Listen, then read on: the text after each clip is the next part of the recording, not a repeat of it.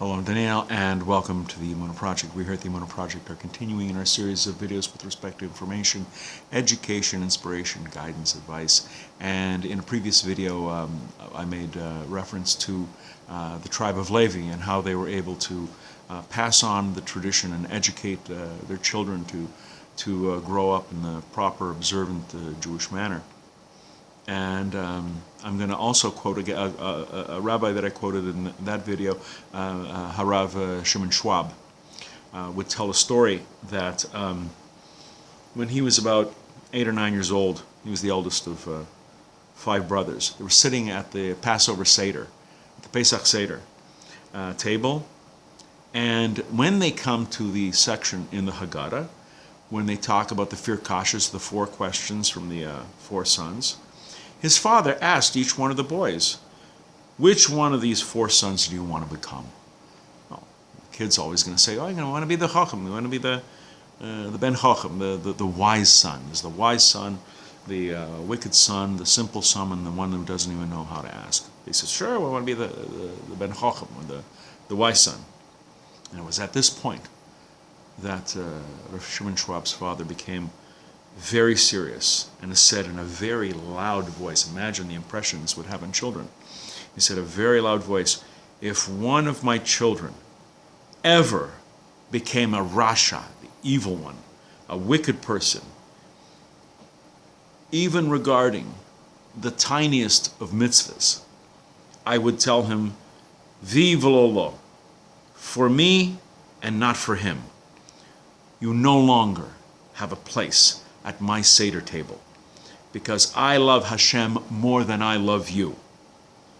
He immediately returned to his recitation of the Haggadah in the normal, gentle manner. But this statement made an indelible imprint on each of the sons, and they had no doubt of HaShem's position of priority in their father's mind. Now, undoubtedly, this is a powerful story, and one that will invoke consternation, anger perhaps, to more liberal-minded, more modern, contemporary parents. How could a father talk like this to a son? Was that a way to talk to little children 4, 5, 6, 7 years old?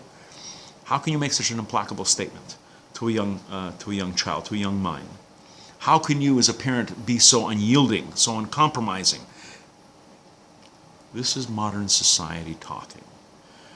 This is the questioning of a society that's dominated by a certain amount of hypocrisy, like I was mentioning before.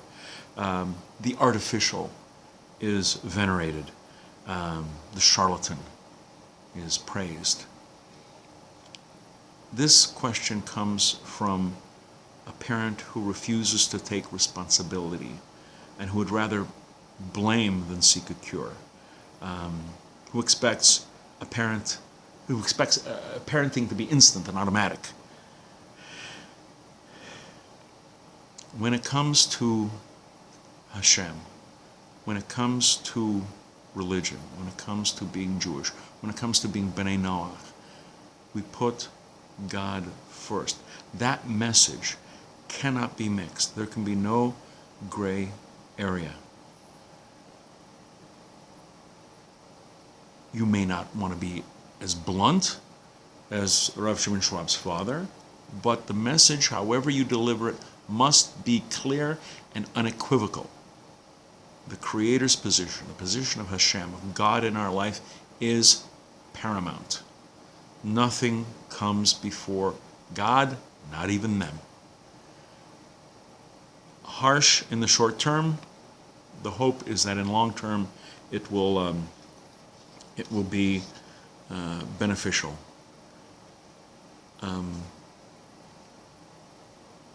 Sometimes we dress up our kids really nice, that they should look good, and sometimes we, God forbid, we ignore their inner problems, their inner needs, not their inner desires, their inner needs.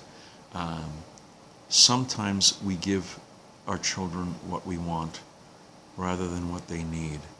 And sometimes what a child needs is a clear, black and white answer to certain questions. When there's room for gray, fine. Perhaps when they're older, but young children like clarity, they like security. Even though it's not very pleasant at the time, they like to know where the boundaries are, and this is a hard and fast boundary. The highest position in our life is God. Period. End of sentence. End of story. The message has to be clear. And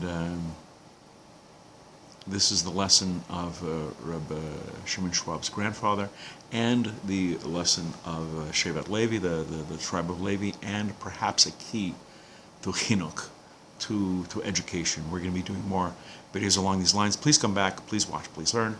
And until next time, on behalf of the Emunah Project, I'm Daniel, and thank you too much.